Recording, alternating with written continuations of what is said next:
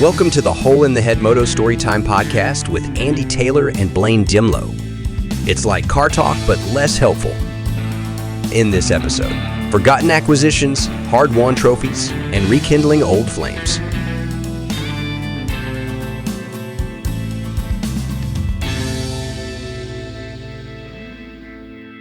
Andy, I am full of questions for you. We've had a 2-week break. Yeah. But in that 2 weeks, things have happened that we need to discuss. Yes. All right.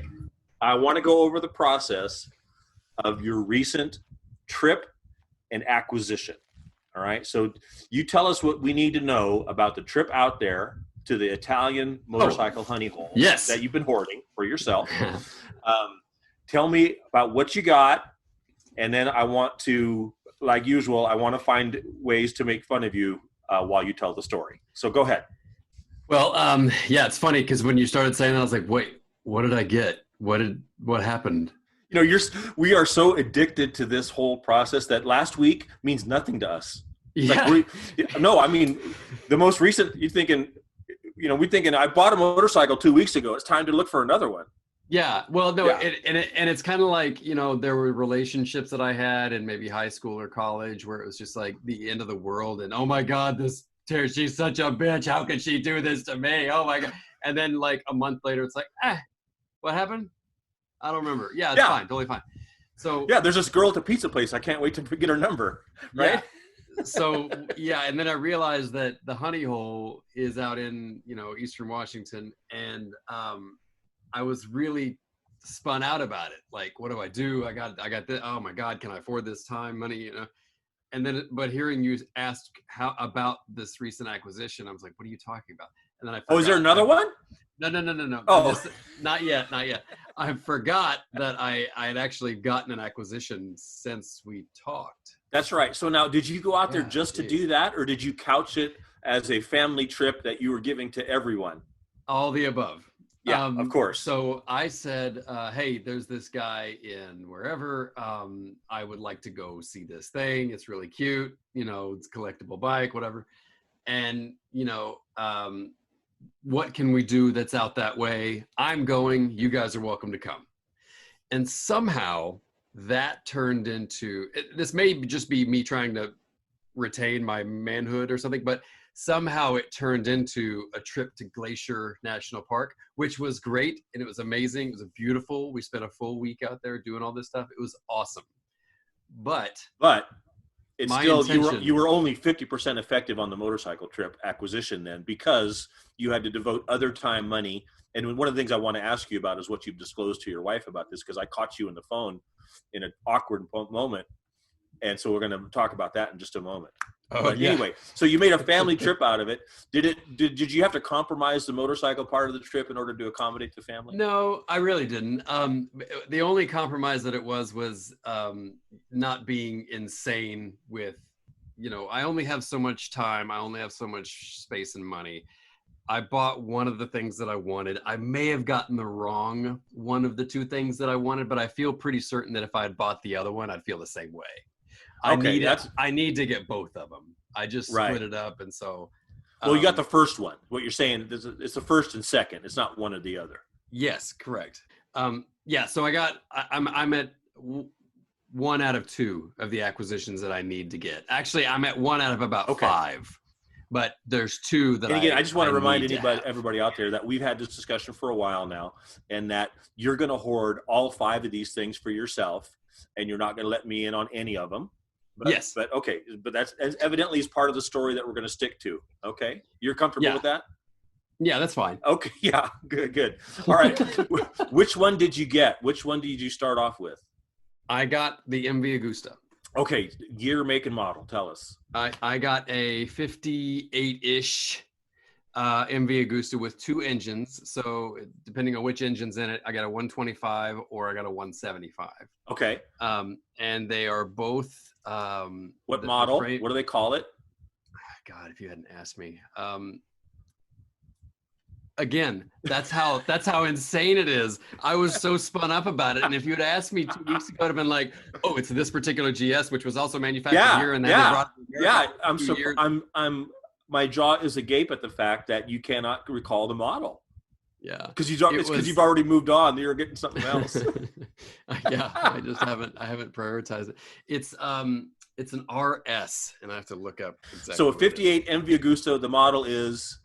It's a sport. I think it's a rally sport. RS, I believe. I think it's a RS. Rally sport. Okay, and it was a 125, and it came with a 175 it came with motor. The stock motor was a 170. No, stock motor was a 125, but the sump is cracked or something. I gotta look at it again, but it came with all this additional 175. Okay, and it's a little 4-stroke motor. It is a 4-stroke motor. Okay, all right. Yeah, it's gonna need new piston rings and perishables, of course, and then it won't. It's gonna need to be rebuilt. The whole engine is gonna have to come apart. What do you know about getting stuff for it? A lot of people would think, geez, a 58 MV Agusta might be a little bit of a hard find, which would affect its when you want to sell or when you want to buy a project. One of the issues for a lot of people is how available are parts. So fortunately, this was back in that day of late 50s, early 60s, where everybody was using all the parts. So it's all the same. It's all the same crap. Okay, so tail light is a CEV that also came on the Ducati Monza or whatever, or other bikes. So things like that, I don't mind piecing together. It's not one of those, and I'm not that guy anyway, where I'm going to restore it, showroom, and it's period correct. Right. But everything is there enough and parts are available enough that I can get it back together. Worst case. What about the motor parts? Do you have to go to MV Agusta, or is that kind of standard Italian too? You're looking just for like a 84 millimeter piston. I mean, the piston I'm not worried about because there were other interchangeable ones as well. And some of them are domed versus the ones that have the little pockets for valves. But I think that there are some that are pretty readily available. I know there's a guy on eBay who basically you put in the year, make, and model of your Italian motorcycle. He's got a piston for you. What's a piston and ring run for something like that? I haven't even. When I bought one for the Stornello was 130, 150, something like that. Okay. Not terrible, but enough to be like, oh shit, Yeah. So yeah, not a deal breaker. All right, so it's there, and you have it in the garage. It is in my shop. Yep, and it is in my shop. So every time I walk in, I'm reminded of like, hey, dipshit. Yeah, stop selling pots on. It's funny. On Craigslist. and get to work on your motorcycle. So I thought, well, okay, let's be responsible. I bought this Agusta I bought that one first because it was the lesser of the two in terms of cost.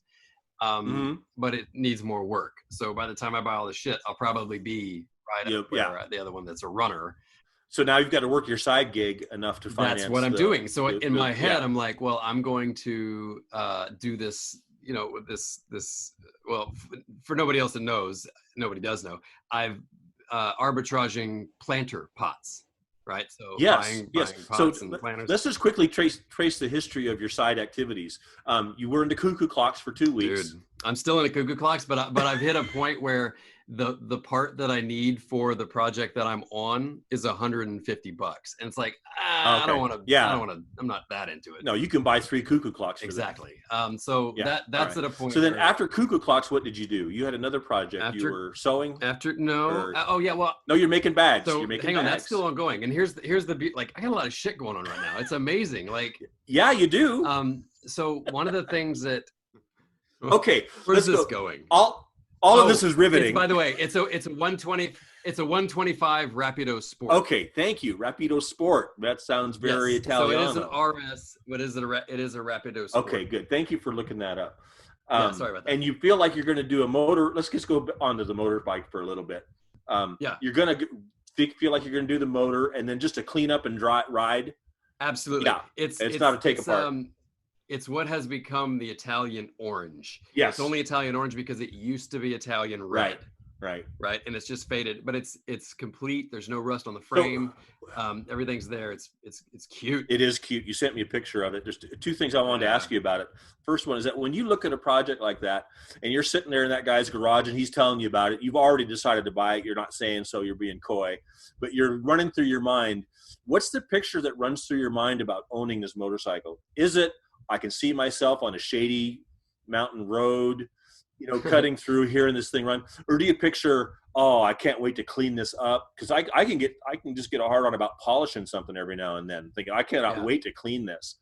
What goes through your mind? What went through your mind when you thought, I'm getting the MV Agusta, and what? I think about what I can do to this that would differentiate it between the other singles that I have. And then I get excited because basically these little Italian singles are platforms for one of like 3 different things, right? It can be, you can either, throw it back to a little scrambler, a little cafe racer, right? A stock little cruiser that some, well-heeled person would be riding. Right. Any iteration of those. And so I get excited about getting it functionally running. I want to know what it's like to experience an MV Agusta single versus a Ducati versus a Guzzi single. And then based on that, what do I want to turn this into? So do you picture working on it first, or do you picture riding it? Working on it, for sure. Yeah. Because at the end of that, and part of that is, what is it going to look like when it's done?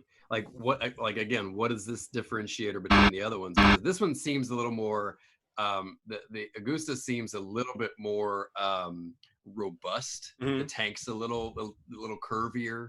The proportions of the frame to, the tank and the seat are a little bit more, I guess, even mm-hmm. than a Ducati or a Guzzi. And so there's just like, it's a different look to it. So I'm really trying to figure what that look is. Yeah, it does have a different look to it, because it's got some real retro throwback oddball Euro shit on it.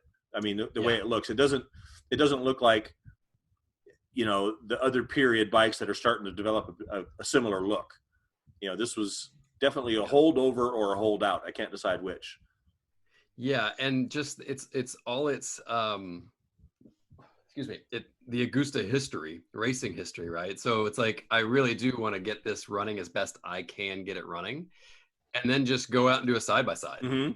And say, okay, well, what's how do these handle differently? How nuanced are these, 1 to 250 cc Italian singles? Right. Are they all? Well, that's kind of curious, because like, let's just picture yourself being, an Italian of motorcycling age in the 60s and getting to decide between all those companies. How would you decide? That's a very interesting concept, and it would be interesting too to kind of look at that country by country, except for Japan, because it doesn't matter if you ride Yamaha, Suzuki, or a Honda, or a Kawasaki, they're all the same. Yeah, it's basically all the same. Yeah, they're all the same. But I'd be curious if we find out that all the Italian bikes are pretty much, basically you said they're all built from the same parts anyway, so they're just different stickers on them, or... I know there's different gearing, and then there's, the pistons are a little bit different, and, valve timings and all that, but it's like, they're all basically the same. They're single cylinder 150s. Okay. Hey, the thing I really want to get to, Andy, if I can now, is that I had a very awkward phone call with you in the middle of this. One, you called me, and I thought it was to give me notice that there was something for me to buy in the pile, but no, you just called me to gloat that you're there, you're getting it, I'm not, which endears you to me, believe me. The only reason I called you was to try and get a better price.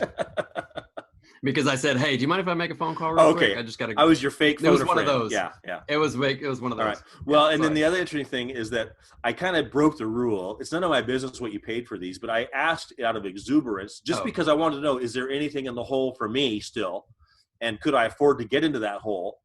So I was curious what you paid for it. So I asked you what you paid for it, and then there was this very long, awkward silence where all you said was, "Yeah." So I could see that either you were in the car with your wife and you had not disclosed to her how much you were spending, or you were in the middle of the deal with the guy. So where were you when you refused to answer my question? That admittedly was inappropriate for me to ask, but nonetheless. Yeah. I was in the car with your wife, with the girls, with my wife, and you did not want to spurt out a number that she could associate with the purchase of this. Yeah, well, because I try every time. I try as best I can to be as honest and forthcoming as possible. Yeah. And so going into this, I said, there are 2 bikes here. She said, how much are they? I said, well, one's 500, one's 100. Yeah. You should bleep that out, but you got to bleep that out, Andy. You don't want anybody to know where these things are. Oh yeah. No. And so Okay, so you got one or the other. Didn't what we know. Okay. Necessarily her to know was which one I got, because I got the one that I should have got. In other words, if I was going to have to bring home one, I got the one that was the most responsible to bring home. which would have been the cheaper. You know what I mean? So if I'd said, yeah, I just spent whatever on this other one, the cheaper one I decided not to get, I would have caught a lot of hell. And I just wasn't interested. It had been a nice, pleasant trip. I'm not interested in catching hell right now. Yeah, we call that, there's an artful avoidance of touchy issues. If we have to get into it in order to be well, like if the counselor says you have to talk about this, okay, we can. Yeah. But if we don't have to, let's just skip it and pretend that we don't know that there's something going on and just live, in the facade, which most of us live under anyway, about things going great. Yeah. And it's fine. And in fact, I'm actually pretty excited because now that it's coming up on, it sucks because it's starting to get winter and fall here, right? Then later in the year when we go to Texas, I'm going to do another shuffle of things going into long-term storage, so that frees up some room in the shop. I've got to get the boat back together. That'll free up some room in the shop. And then when we do this drive or any time in between when I get the space, then I can go back and grab this Perilla. Okay, I've totally lost interest in the honey hole. I don't want to hear another word about it.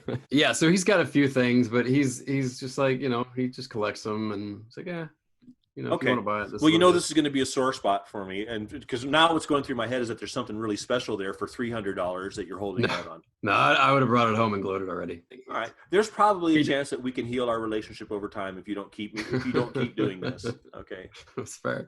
So, hey, you probably want to know what's happening with me. I've been waiting for you to ask. No, I gotta go. No, I want. No, yeah. I want to hear about the motor. Hey, I'm sorry. You got to go over to Big Lots and buy some planters. Yeah, I got it. But yeah, that's where I was earlier. Big Lots. Tell me about the motorhome. Yeah. Okay, before we get to the motorhome, I want to let you know I went back to Pick and Pull, and I had 2 experiences there that I want to share with you because I love picking parts. Yes. I mean, to me, it's like there was a time in my life I had a couple gold mines that were just holes in the ground, but yet every time, because it was officially a gold mine and someone once found gold there, I could go up there and all day, Andy, I could take rocks and chip them open, and each one I thought was going to have gold in it. And I could be there for 13 hours chipping rocks. Yeah. And I don't know if it's greed or excitement or the treasure hunt, but I would stay there forever and just break open rocks, and none of them had any gold in it. But I did it. But I feel that way about Pick and Pull. I just think I might score. I mean, I am so euphoric as I'm paying my $2 to get in. I am shaking with anticipation because I think I'm here for this. But what if I find something? Yeah. Yeah. Do you look online? Do you look online at their inventory before you go? Or do you yes. Okay. Well, yes, because that's what I'm there for. But when I'm done, what do? Yeah. You cruise all the aisles to see if there's any other, handy little finds there. So anyway, I went back to Pick and Pull, and I had 2 experiences I wanted to share.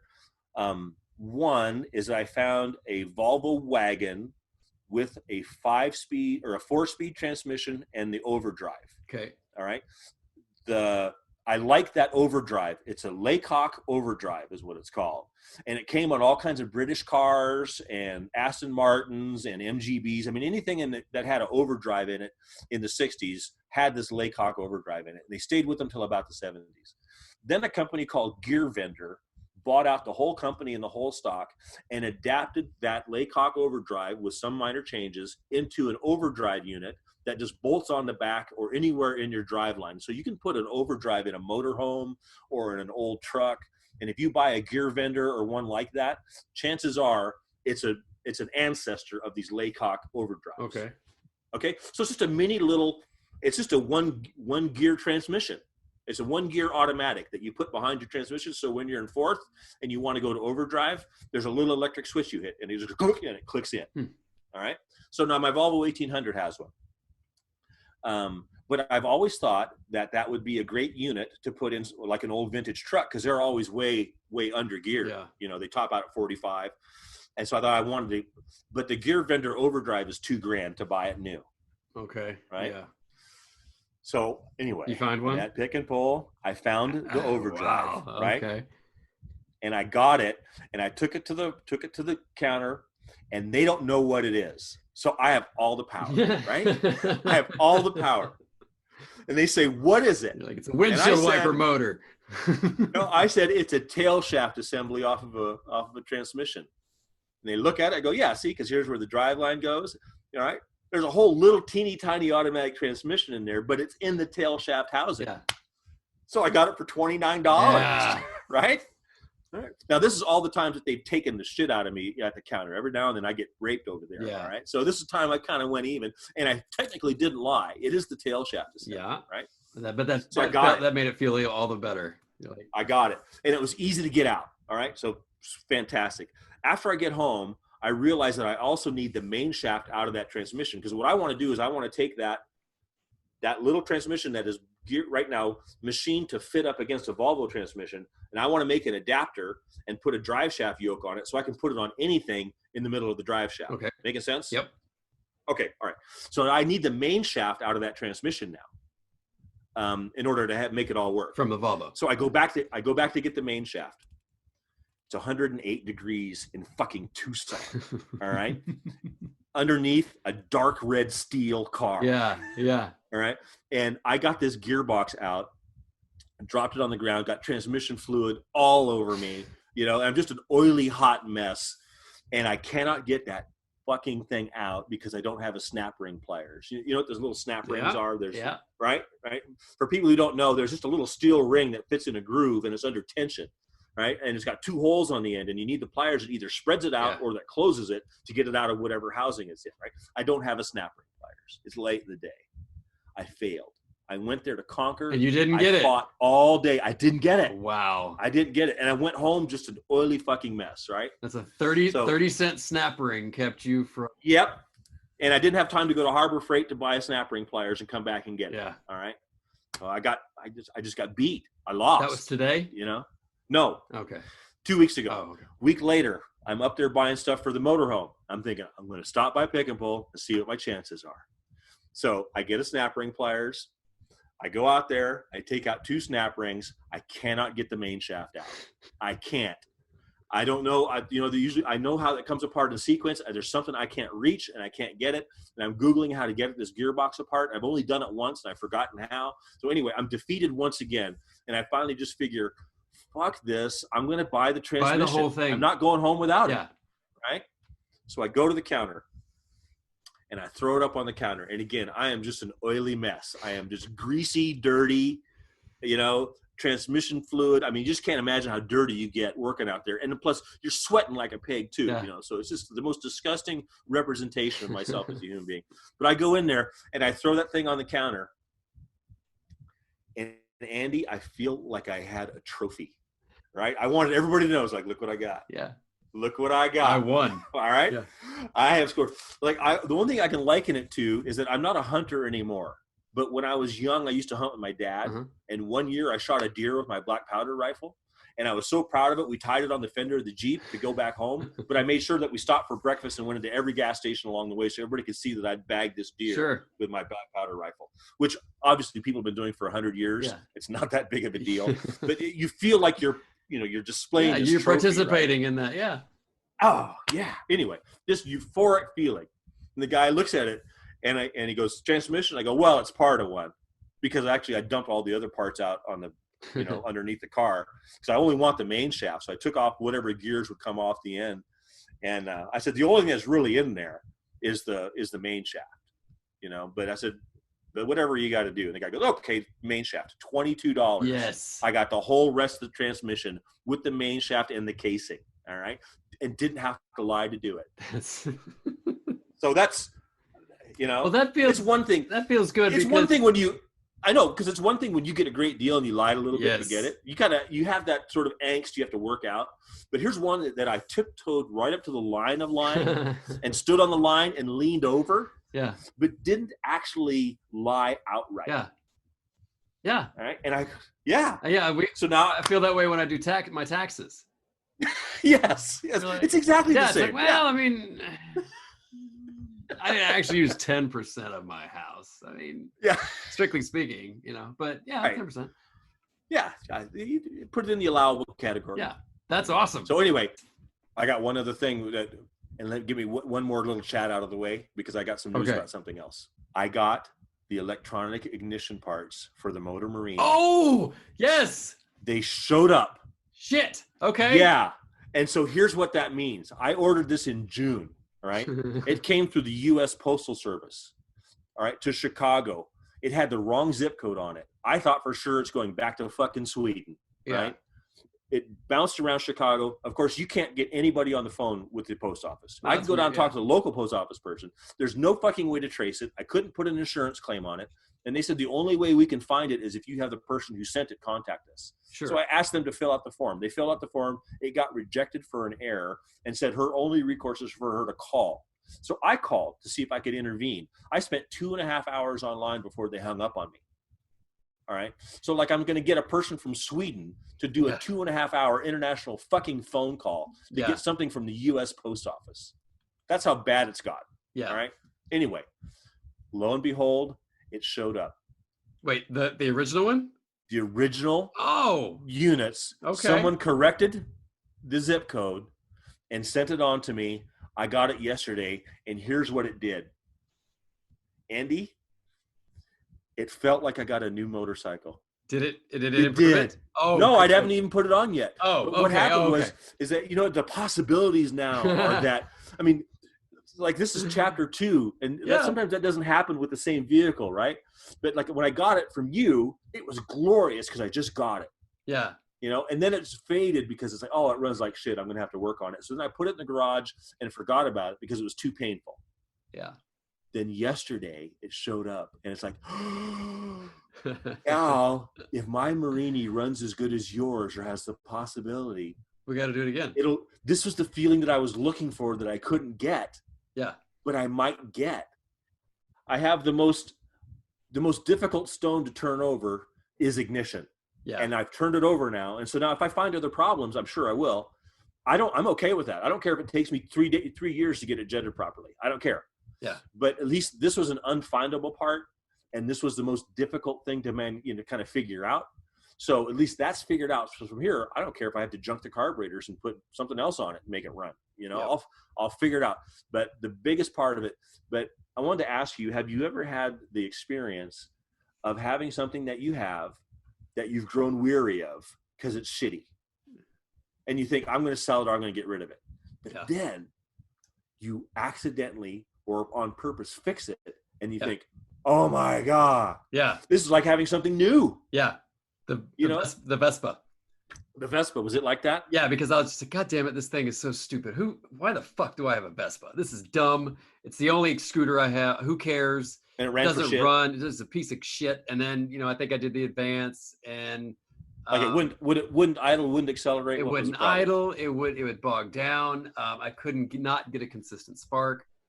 Just, it was too Italian to be Italian. You know what I mean? Like, it was just, I could not figure it out. For a second, you figure they're all right. This is shit. Yes. Yeah. Everybody's right. And then I brought it home and, or to this house and, sprayed a little carb cleaner in it. And all it was that it wasn't sucking enough fuel into the carb or something. And so, and now it's just like, it's a first kick scooter. Oh. And I just, and then go get some donuts. It's just glorious. Yeah. And I'm like, and I just, for some reason, the wiring, I could not figure it out. I tried this, that, and I could not get the headlight to turn on. And then one day I just put the green wire next to the red wire and it turned on. Everything was fine. Oh my gosh. Yeah. It totally redeemed it, right? Yeah. You're like, oh, okay. Yeah. This is. Well, I don't know if I've redeemed the Motor Marini, but now, it's riding season here. So it's like 79 to 85 degrees every day. And there's lots of good twisty roads here. So this is the riding experience I want to have is right now with that Motor Marini. And in my mind, I feel like I'm going to have it. Now, next week, when we find out that it needs other stuff, I'll be in tears and I'll need counseling.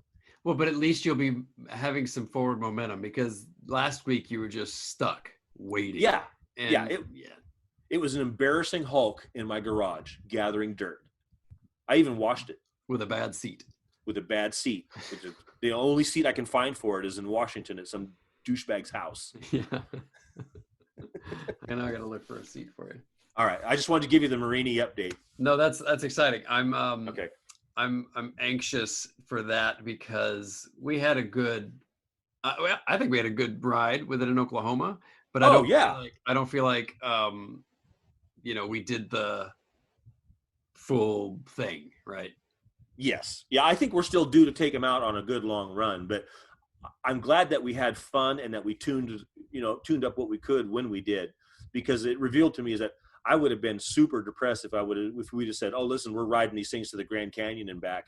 And the whole way I had to ride that choking, bucking Bronco, at 55 miles an hour as it ran over Rich and just made me feel like I fucking hate this thing. Yeah. And then it would be even worse because yours runs absolutely perfect. And I got on yours and it was the dream that I wanted to have. Yeah. And it's got the seat that I want to have. Well, in a way that would have been better because you would have been able, it wouldn't have been like, oh, Motor Morini suck after all. That would have been a very big disappointment to have gone that far and realized this is what I got. Yeah. For this whole mystical dream of riding the unicorn of motorcycles. Yeah. And yes. So anyway, that possibility still exists that we can have that heavenly moment of two Italian bikes running perfectly on the perfect road during the perfect time of the year. It's coming up. Keep your eyes open for it. Yeah. All right. Okay. Well, all right. We'll talk. Okay.